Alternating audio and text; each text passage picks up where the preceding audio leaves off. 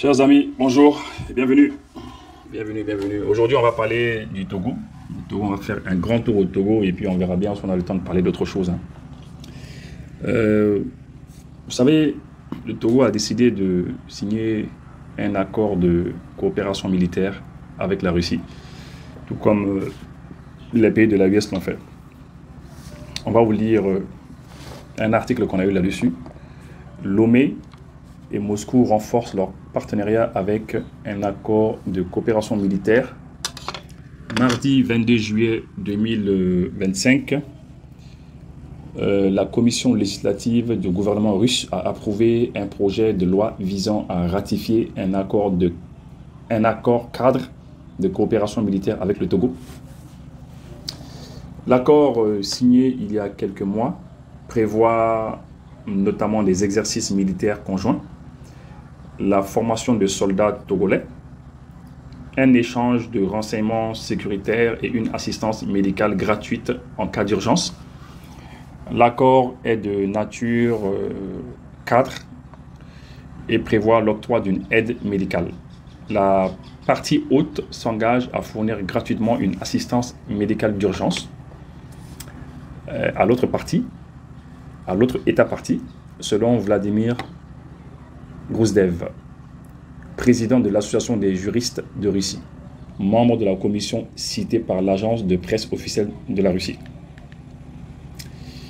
Pour Lomé, ce rapprochement intervient sur fond de recrudescence d'attaques terroristes dans la région des Savanes, au nord du pays. S'il est encore suspendu à une ratification parlementaire du côté togolais, ce partenariat survient dans un contexte géopolitique tendu, marqué par un recul de l'influence française et américaine dans la région et une montée en puissance de la Russie, notamment au Sahel avec les pays de l'AES, ainsi que des accords similaires signés avec le Cameroun, la Centrafrique ou Sao Tomé et Principe. Ce réalignement pourrait également soulever des interrogations quant aux équilibres régionaux. Si certains observateurs y voient une opportunité pour renforcer la souveraineté sécuritaire du Togo, d'autres redoutent un élargissement de la fracture géopolitique avec la CEDEAO, dont Lomé reste un membre important, que ce soit comme corridor d'approvisionnement en produits d'importation ou acteur diplomatique sous-régional. Ceci étant, le pays de Faure Gnassingbé semble rester fidèle à sa tradition de jouer une carte multipolaire et de diversification des partenariats dans un jeu international en recomposition en s'appuyant sur certains atouts propres, notamment son positionnement logistique via le port en eau profonde de Lomé. Là.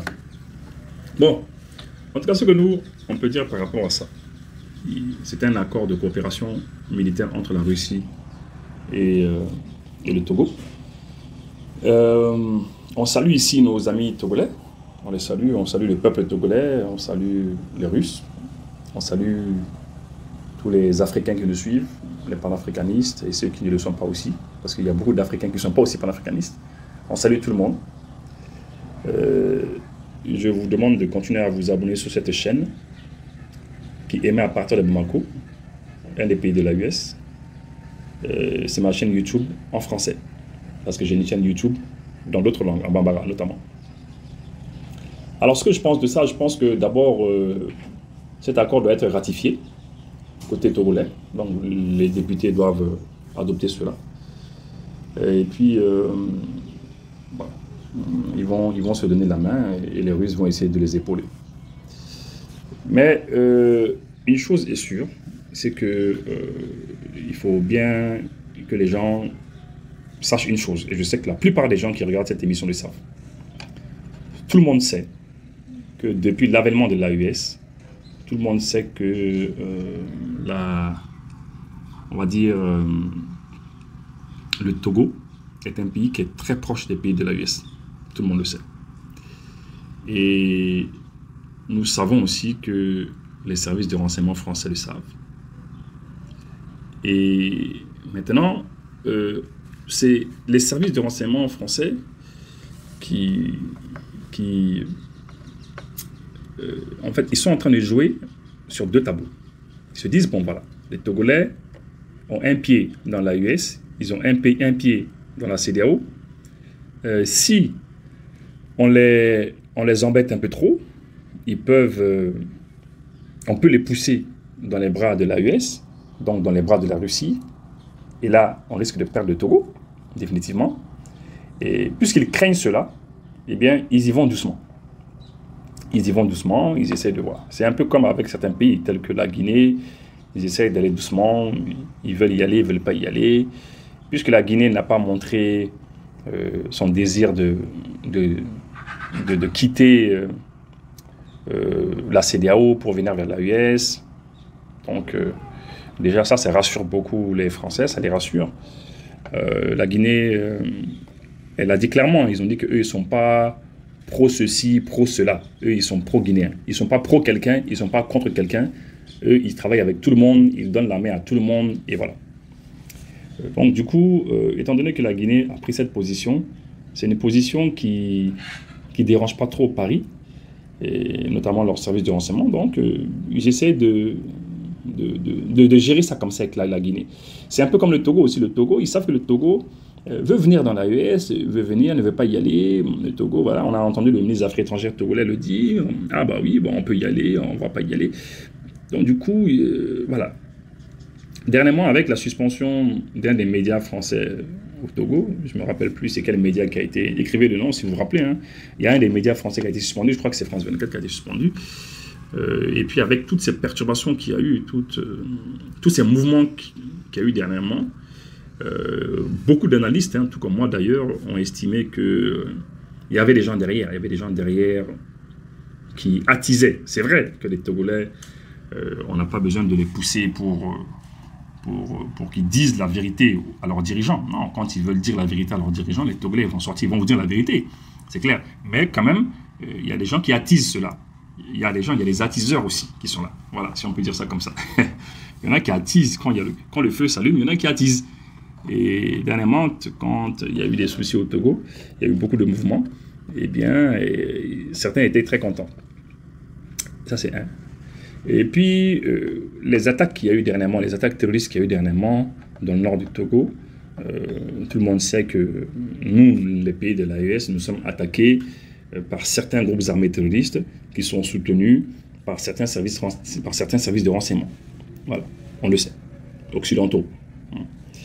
Et ce sont eux aussi qui, des fois, ça peut paraître invraisemblable, hein, mais ce sont eux aussi qui dirigent des fois ces attaques vers certains pays côtiers, comme pour les rappeler un peu à l'ordre, pour leur dire attention, si vous ne laissez pas ce chemin-là, ou bien si vous ne faites pas ça seulement, on va vous envoyer ces gens-là. C'est comme ça.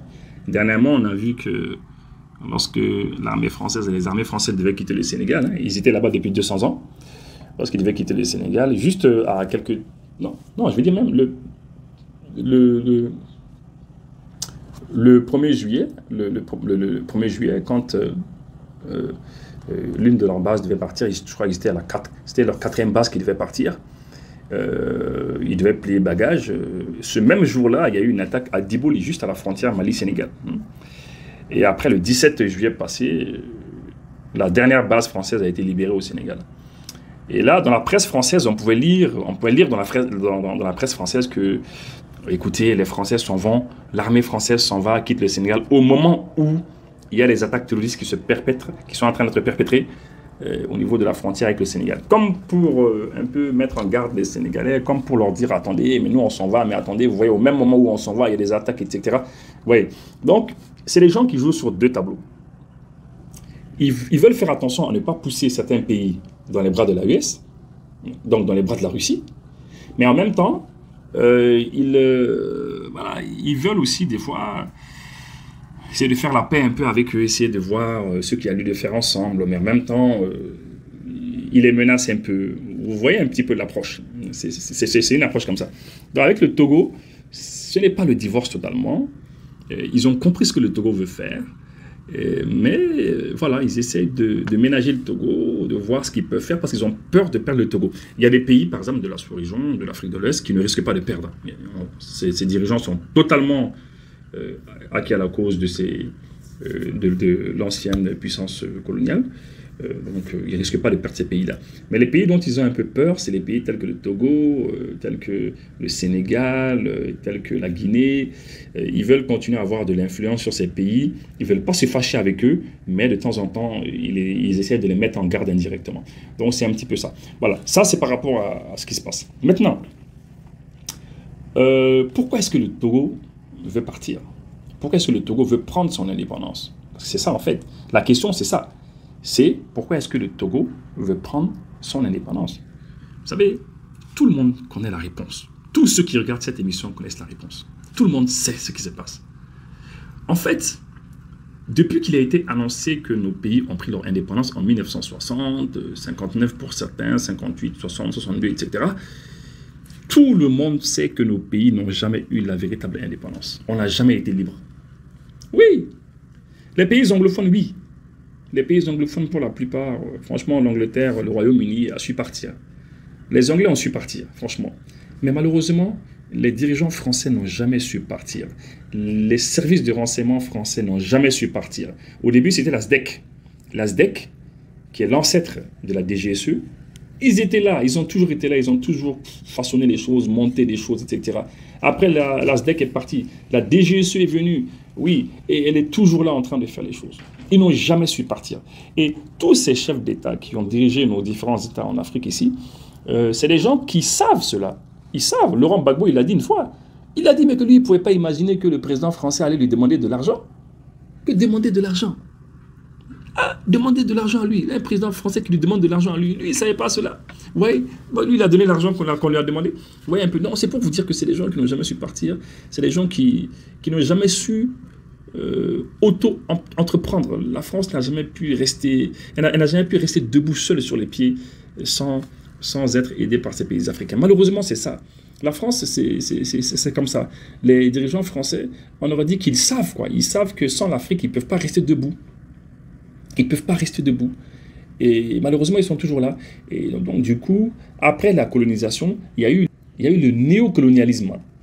Et ce néocolonialisme, eh bien, c'est dans ça que nous sommes. C'est dans ça que nous sommes. Et il y a toujours l'influence française sur nos dirigeants, qui pèse sur nos dirigeants africains. Et malheureusement, voilà, c'est ça la réalité, c'est ça la triste réalité.